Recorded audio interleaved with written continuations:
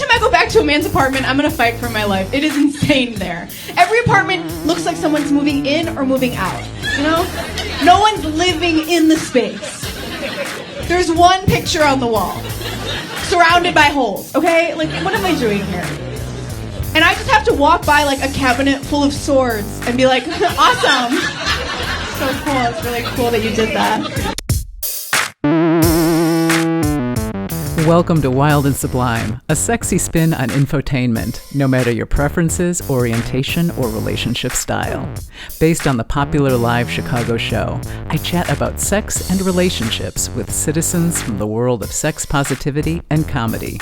You'll hear meaningful conversations, dialogues that go deeper, and information that can help you become more free in your sexual expression. I'm sex educator and intimacy coach, Karen Yates. Our monthly Patreon supporters pay for a large part of our operating expenses. Their contributions from $5 on up help us big time. Plus, members get discounts on show tickets and merch, and receive Wild and Sublime news before anyone else, and more. Interested in helping us spread the message of sex positivity? Go to patreon.com/wild and sublime.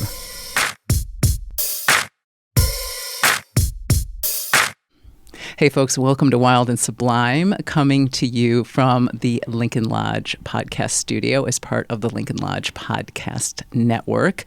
We are here, episode 2 of the newly reformatted season 5, Sex with Comedians. And today we will be talking with writer and stand-up comedian Deanna Ortiz.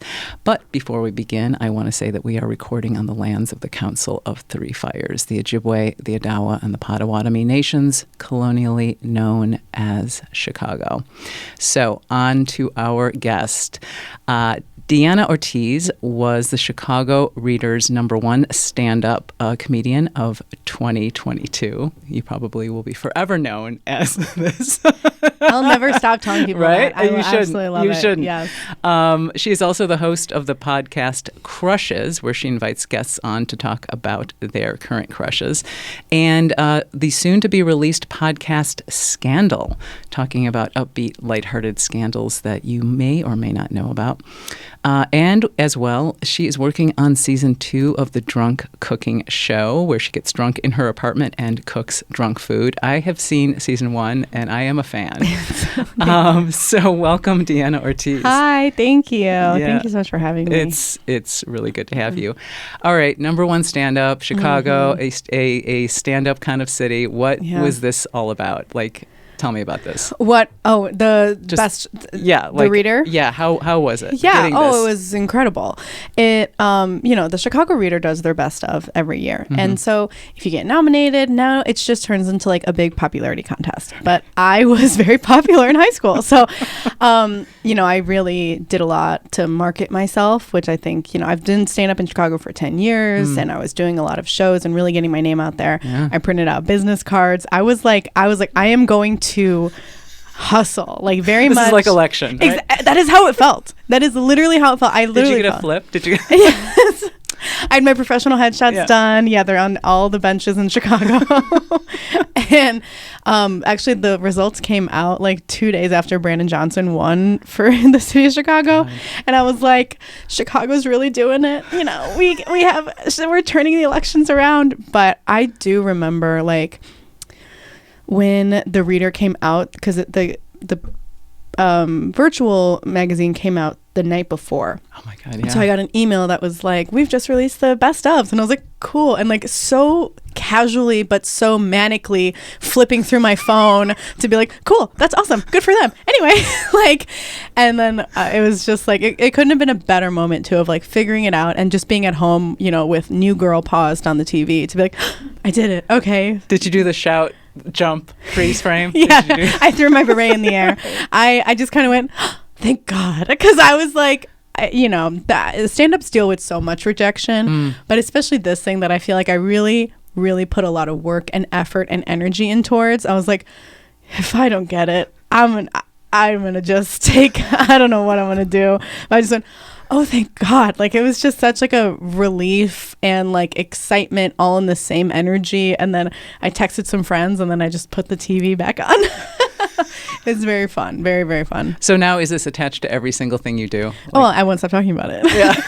Chicago's best. Yeah. Chicago's best stand-up. I bring it up all the time. I was at a bar with some friends recently, and we were talking to some people, and, they were like, oh, what do you guys do? And I was like, I'm a stand-up. And of course, are you any funny? Are you any good? And I was like, well, Chicago Reader. Ever heard of that little publication? Yeah, but it's just so funny. It's a funny thing to like bring up when, because it's not that, it's a very big deal. I will admit, yes, I'm very happy to have the title and it's great. But also, it's fun to pretend that the celebrity is getting to your head, whereas like we're waiting 10 minutes for a table and I'm like, Chicago's best. Doesn't mean much at this Starbucks, it's just silly things like that. Right. So you have a podcast called Crushes, and explain obviously the premise speaks for itself, but explain about it a little bit more. Oh my gosh. And why you decided to start it. Because I have so many crushes. The idea kind of started with, talking to friends and saying like, who's the celebrity that you think is hot that nobody else thinks is hot? Because as people, we're always like, all of my crushes are normal and no one ever questions my crushes, but we all have that kind of crush that's like, well, just wait until you see them live and you'll understand why this person is my crush or something like that. So it kind of started from there, and then it just kind of evolved into everybody has a crush. Everybody has a celebrity crush. Who is your first crush? There's a segment where I talk about like the crush on everyday people, like your bartender, your baristas. Like we talked about bus drivers once. Anybody who I'm passing on the street, because there's also like a fleeting crush of you see somebody on the train and you're like, oh my gosh, am I falling in love? And then 30 minutes go by and the person gets off the train and you couldn't pick them out of a lineup, but I was planning my life with this person. So I think that's just kind of a fun and silly, like 7th grade sleepover talk. Yeah. That's kind of where it's just fun to just talk about people who we think are cute. And then at the end of the podcast, we play a game called Hot or Just Tall, where I show my guests some celebrities and they tell me if they are hot or just tall. And just tall means like maybe they're just in a band. Maybe they just have an Irish accent, which is huge for me. Anything that clouds the way of hotness. And people vote along with the guest on my Instagram. And I'm the most popular girl in the world when Hot or Just Tall gets posted on Instagram because people have hard opinions. Oh, yeah. Oh my goodness. And you can see like who's winning and who's losing. So if your crush is losing, you are like, tell me who's voting hot. This is insane. This, it's a whole thing. So, it's interesting talking about people having crushes on people you don't think anyone else has a crush on. There's something that kind of gets your engine going. And in my mind, like I've had crushes on maybe people in my social circles that you don't think. And then there's the moment when you realize, oh my God, no, everyone thinks this person is hot and they haven't been talking about it. Exactly. And I feel kind of stupid. I'm like, oh, I was the only one who thought this. Am I a cliche? Right? 100%. Exactly. Yes. Exactly. It's kind of like when when I was growing up, it was like NSYNC or Backstreet Boys, like who's the one? And everybody was like, oh, Nick Carter's my boyfriend. And I was like, I don't know, I think AJ's kind of cute, but I was just trying to be the odd girl out, I guess. And now I'm just like, no, everybody thought that they were all hot. That's the point of the Backstreet Boys. They're all groomed to be hot. Yeah. And they were just, this is the clean cut one. This is the bad boy one. This is the old, there was just across the board. But exactly. I think that's the fun part too, where a lot of people listening are like, wait, I also think that Adam Driver is attractive. And that's kind of blowing my mind right now. I thought I was the only one, but it's a lot more communal than people think it is. Yeah, Adam Driver, he's got something. He's decisive. Him and Pete Davidson, people are either all for them or no thanks at all. And I don't understand. Adam Driver, are you serious? Oh my God, he's stunning. Right? He's so attractive. But he's got this animal thing. Yes. Total animal thing. I think he'd be really mean to me, which would only make me love him more. I think if I came out to him in a bar, he wouldn't give me the time of day. And I'd be like, wait, no, I was Chicago Reader's best comedian. Let's talk. I do this podcast called Crushes. We talk about you all the time. You'd love it. You'd love it. Anything to impress him. I'm showing my cards too much right now.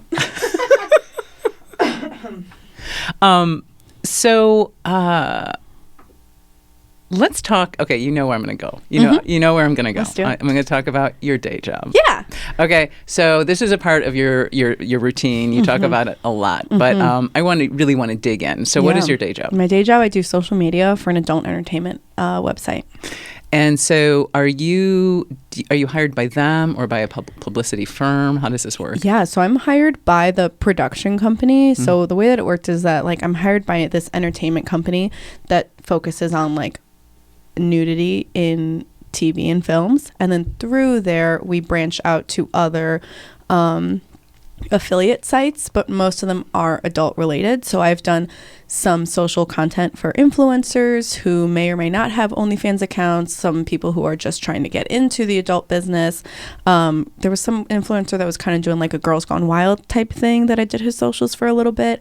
But the other big account that I run is an actual porn production account that I do also work with the production team on there, but I'm still hired by like the big daddy entertainment company at the top.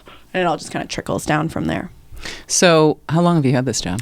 I got hired at the end of 2019. Okay. Yeah, so really, I really do love my job. And I'm not just saying this because this is being recorded.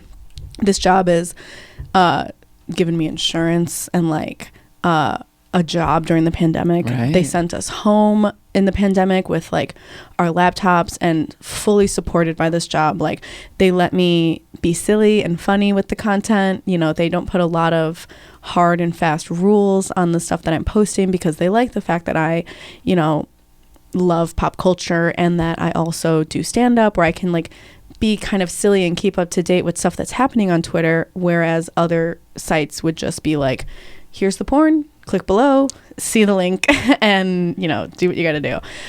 So, yeah, I got hired and at the best time ever for this job. I was waiting tables for years before I found this job. Yeah, so I guess I think of it now. It's, 19? That's almost 4 years. Yeah, Crazy. So, I mean, I know a lot of people have, especially like the show, you know, Wild and Sublime does occasionally stuff on sex workers and, you know, people who their profession is working, you know, with sex in some regards. Yeah. And what was the biggest eye-opener for you going into the job? Yeah, exactly. Because like I hadn't had any experience with working in this industry at all.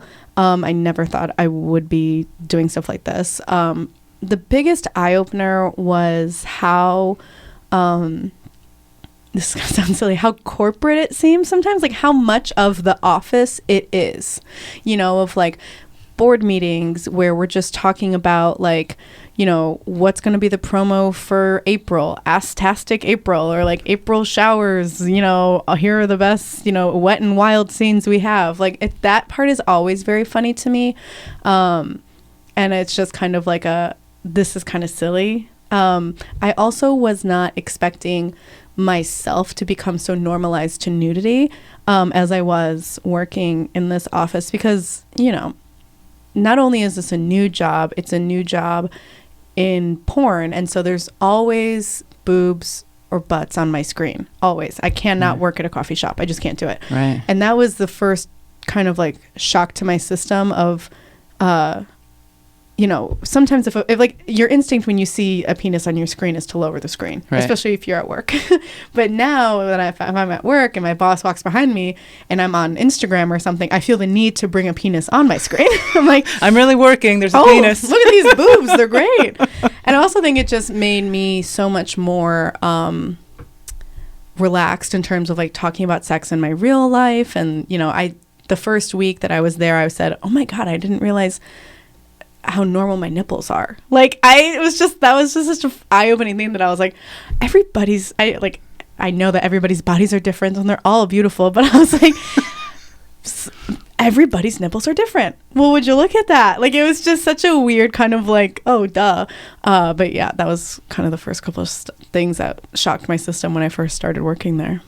Yeah. I know for me, I don't say I'm broken now, but like I'm just so able to talk about sex now. Like yes. I forget like, oh wow, not you just can't like lead with sex. You can't. Yes, like 100%. You'll see everyone's face get tense. Yes. And like they'll kind of step back, and it's I mean, do you find like in social settings, like you really have to remind yourself, can't talk about this? Well, it's so interesting because I'm sure maybe you have the same experience. You kind of figure that out, like, oh, this person I can go here, right? And then other people I can go farther, because some people will totally play along with me. Even when it comes to like asking me what I do for work, I say I do social media. Okay, for what kind of place? I go an entertainment company, and for a lot of people that's fine. And that's the answer that they want. They move on with their life. But if they push again, then I'm like, it's an adult entertainment company. And then then they will either like play along or just be like, I've heard everything I need to hear. And that's all I got. And so from that, I can kind of pick up on the vibes and know exactly what to talk about, what not to talk about. But it has very much, I don't know if it's the job or just my like more comfortability as I'm getting older, definitely made it a lot more easier to talk about sex, like in general, and with my friends, and like just silly. Sex is silly sometimes. What about with like in the dating scene? Oh, 100%. Yeah, I am single. Hello. We'll take caller number 1. Because guys will hear this and immediately jump to 100 conclusions. I know. And it's the same way with the podcast. Yes. I have to like, I don't bring it up for a while. Exactly. For exactly the same reason. Yes, me too. Or, a lot of people will see my stand-up, or because I don't hide that.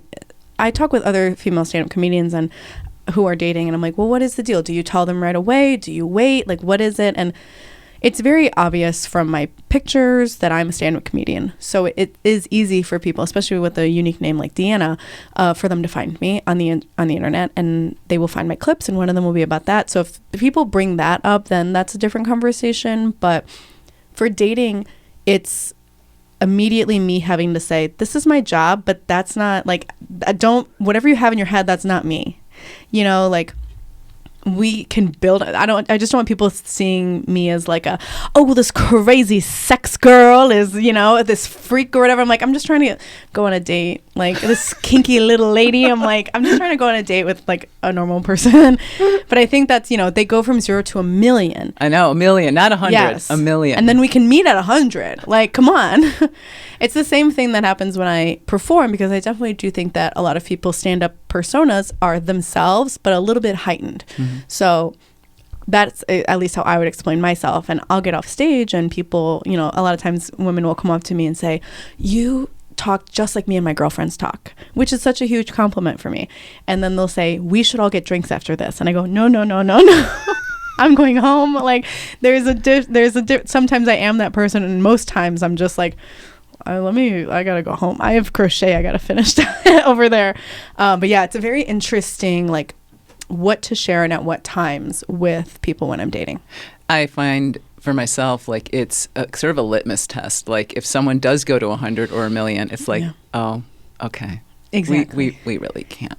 Yes. Because you're kind of immature. Yes. If that's your bag, like, yeah, we can't. Yeah. And it's amazing. Like, I really find the guys split along lines of like, either they're totally like, oh, wow, okay, that's cool. Yeah. And I don't know what's going on inside their head, but like they're presenting. Exploding.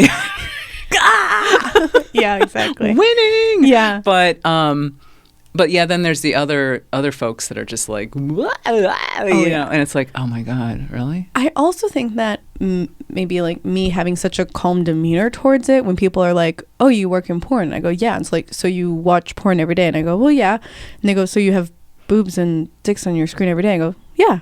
And like, just me being like, it's business. Right. I think that kind of puts it in a little perspective for them to be like, I'm not going to give you what you think I'm going to give you right now, which is, oh my God, big knockers on my screen every day. It's so amazing. And I'm so horny every time I go into work. Like, that is what I think they want. But toning it down and just being like, it's funny. The funny part about my job to me is how much it is a job. Right. Right. Like how business-like it is. Do you ever, I don't know if I heard this on one of your clips. Do you go on set ever? No, I don't. No, the production for the adult company is based on the West Coast. So, okay. Yeah, they do all of that, and I just get the scenes. And really, like, not to put down my job in any way, but like I can just kind of like I'll get a new scene and I just kind of look through it, and very quickly I'm able to decipher like this is going to be the GIF, these are the pictures that we need. Like I just at this point, what's going to do well on the internet. Right. It's not going to do well. So yeah, it's very much just like a plug and chug type deal. We'll return to our conversation in a moment.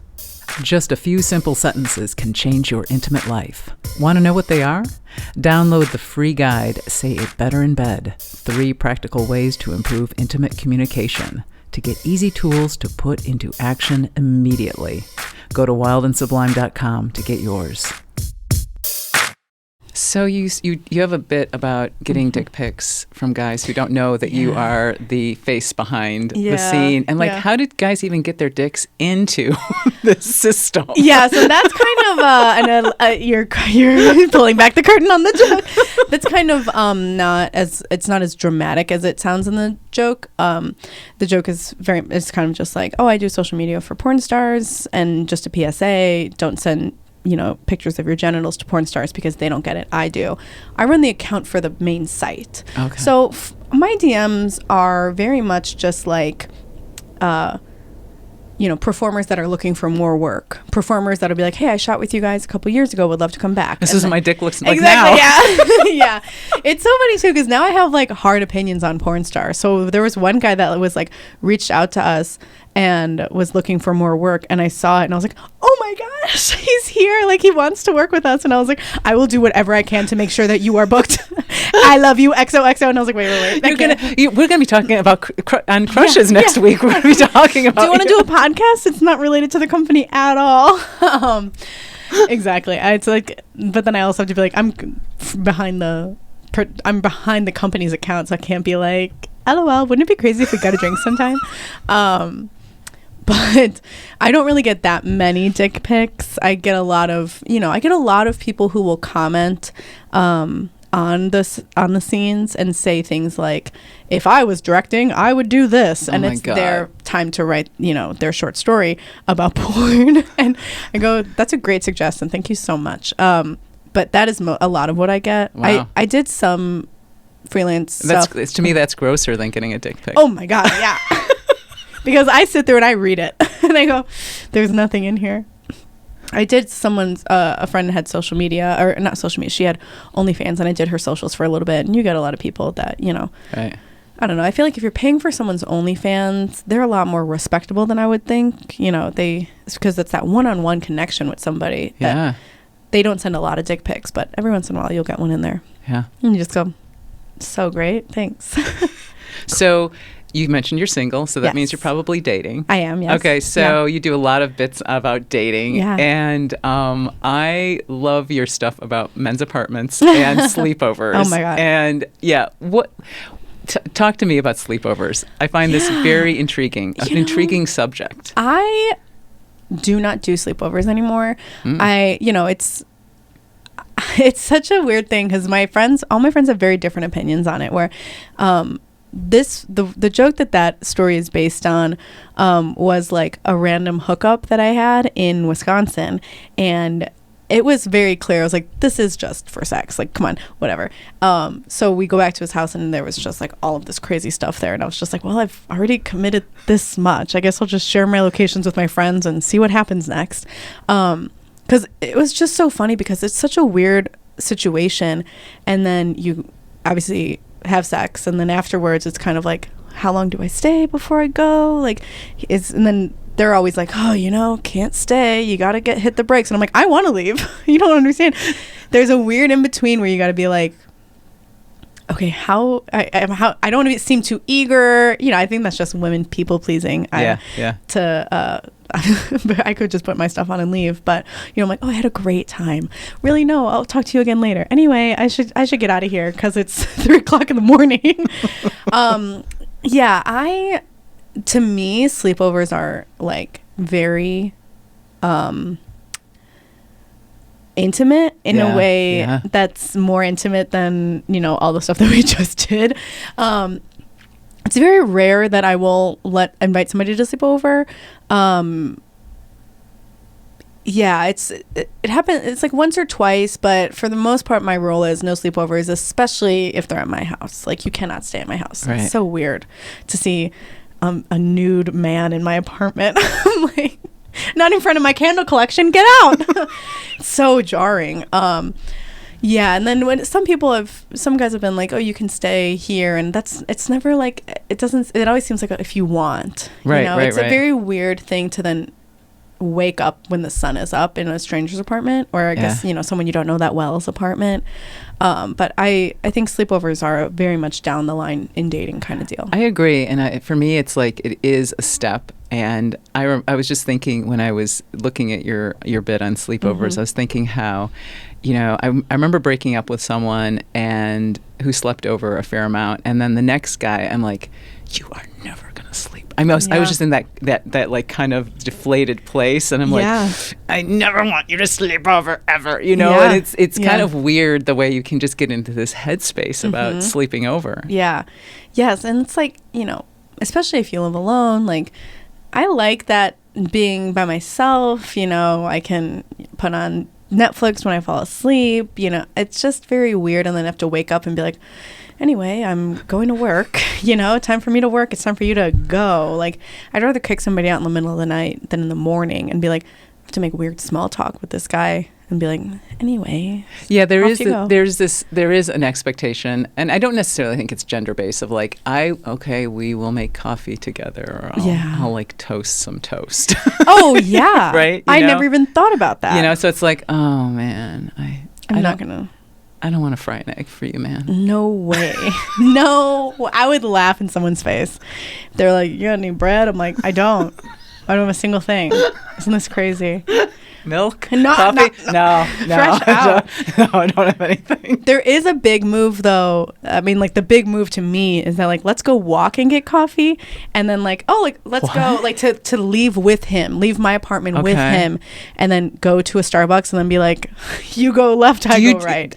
That's a strategy. I've never done it. I think it would work. Do you? I pray it would work. That's high level for me. Yeah, I mean, because it could send the wrong message. Yeah, that I want to hang out more. Right, like, oh, look, there's a brunch spot. Let's no. Yeah, it's also like a sleepover is reserved for somebody who are multiple dates and you're having a good time, and like it's building, because I'm very vulnerable when I sleep. My eyes aren't open. I don't know what's going on. It's very weird. It's like I need to make sure that my phone is charging. I need to know where my glasses are. Like, it's very, very unnerving if you don't really know or trust the person. You have to wake up and brush your teeth. Get the hell out of here. Do you have what is the decision thing that's in your head? What's the switch that's like, okay, I'm gonna sleep with this person? Besides like how many drinks I've had. You're right. Besides, how many vodka sodas did you buy me? Sorry, Mom. If that person can make me laugh, for sure.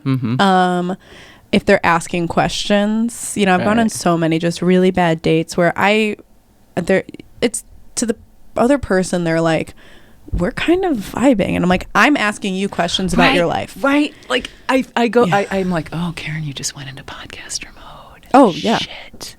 Because it's like I'll just be like, oh, fuck this, and I'll just go into, so how are you really? Exactly. It sucks. Yeah, that my friends will tell me that I'm interviewing these guys, and I'm like, I don't know what else to do. Like, I really don't know, because if they're not giving me anything back, then I have nothing to do but fill the silence. And I can talk, but I think if they're asking questions about my life that isn't just like, so how'd you get into stand-up comedy, or like, what do you do for work, and then that's more fun for me. Or I'm like, okay, this person is more than just like, I'm just gonna meet up with this girl and get a drink and we'll see what happens.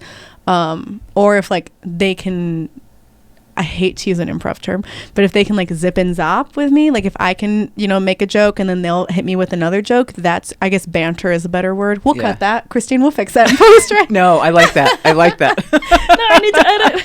Yeah. I'll give you a clean banter.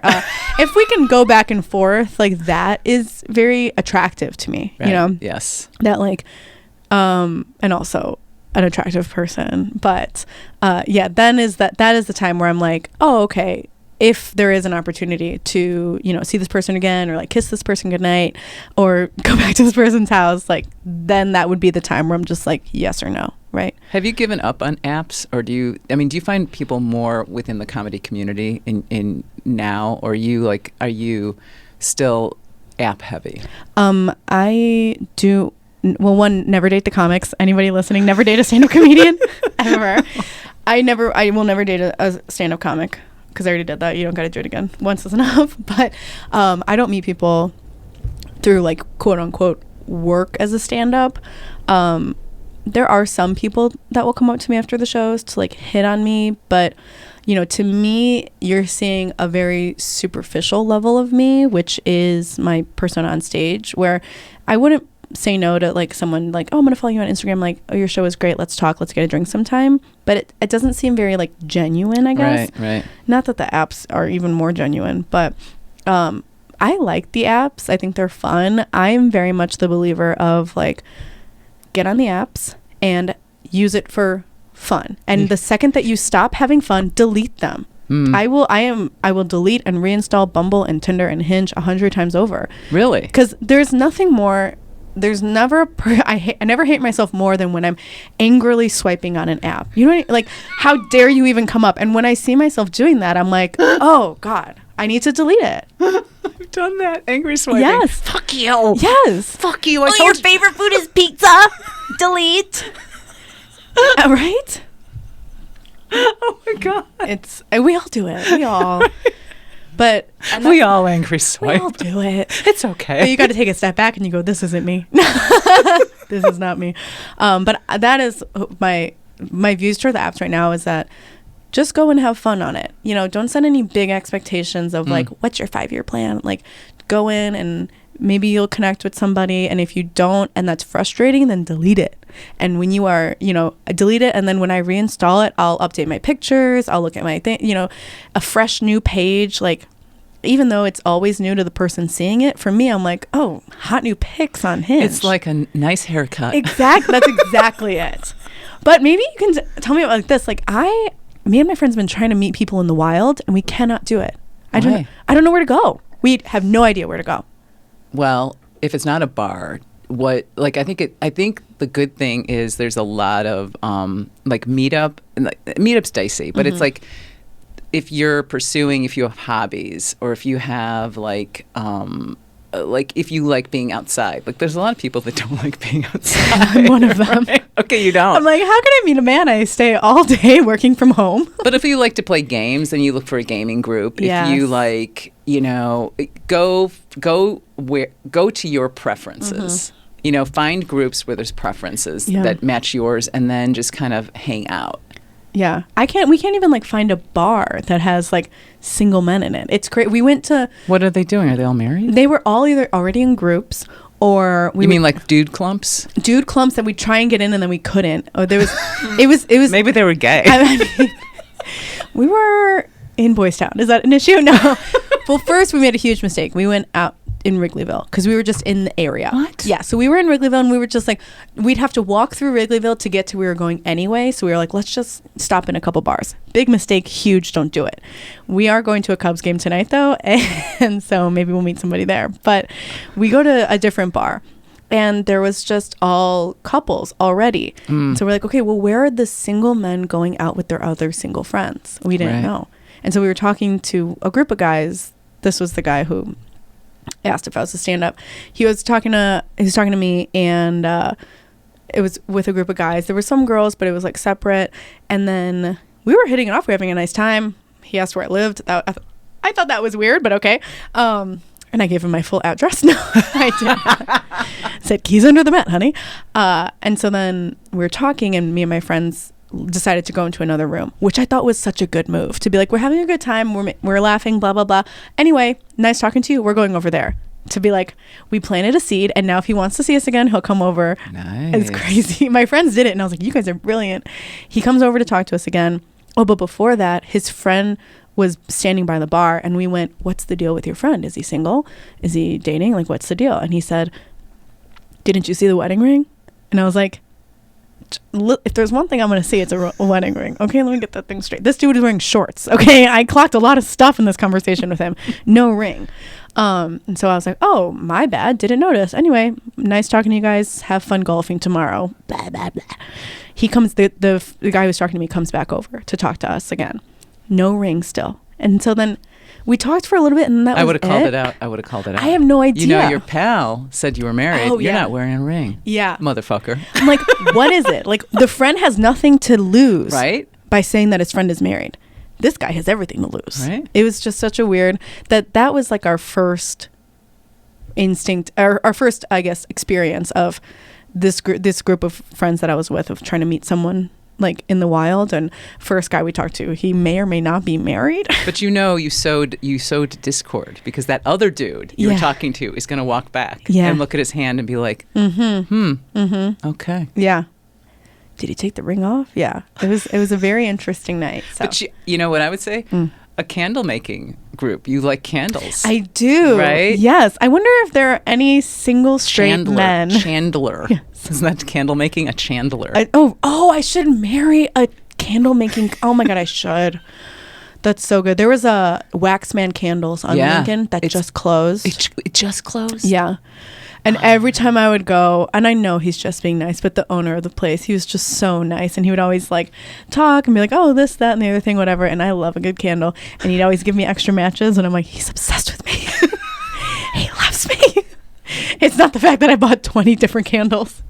So you mentioned a few moments ago, never date a stand-up. And let's dig into that. Never date a stand-up. I think I know why. I have a pretty good sense. But why don't you tell us? Okay. Okay. Let's see. From my perspective, dating a stand-up comedian as a stand-up comedian, it's very like competitive in that there's no part of the relationship that always doesn't feel like, we're grinding or like hustling right now, oh, I got this show. What show are you doing this week? It's very, especially, and I'm gonna make myself sound like such an asshole right now, but like I book a lot of shows and I work a lot and I'm working in the morning and then I do shows at night and I teach at night and I freelance sometimes. Like I'm very busy. And so to convey that to someone who is not in stand-up is already hard, but then to have somebody who knows what that's like a comedian, and then they're like, well, how can I get on this show? Well, who booked this show?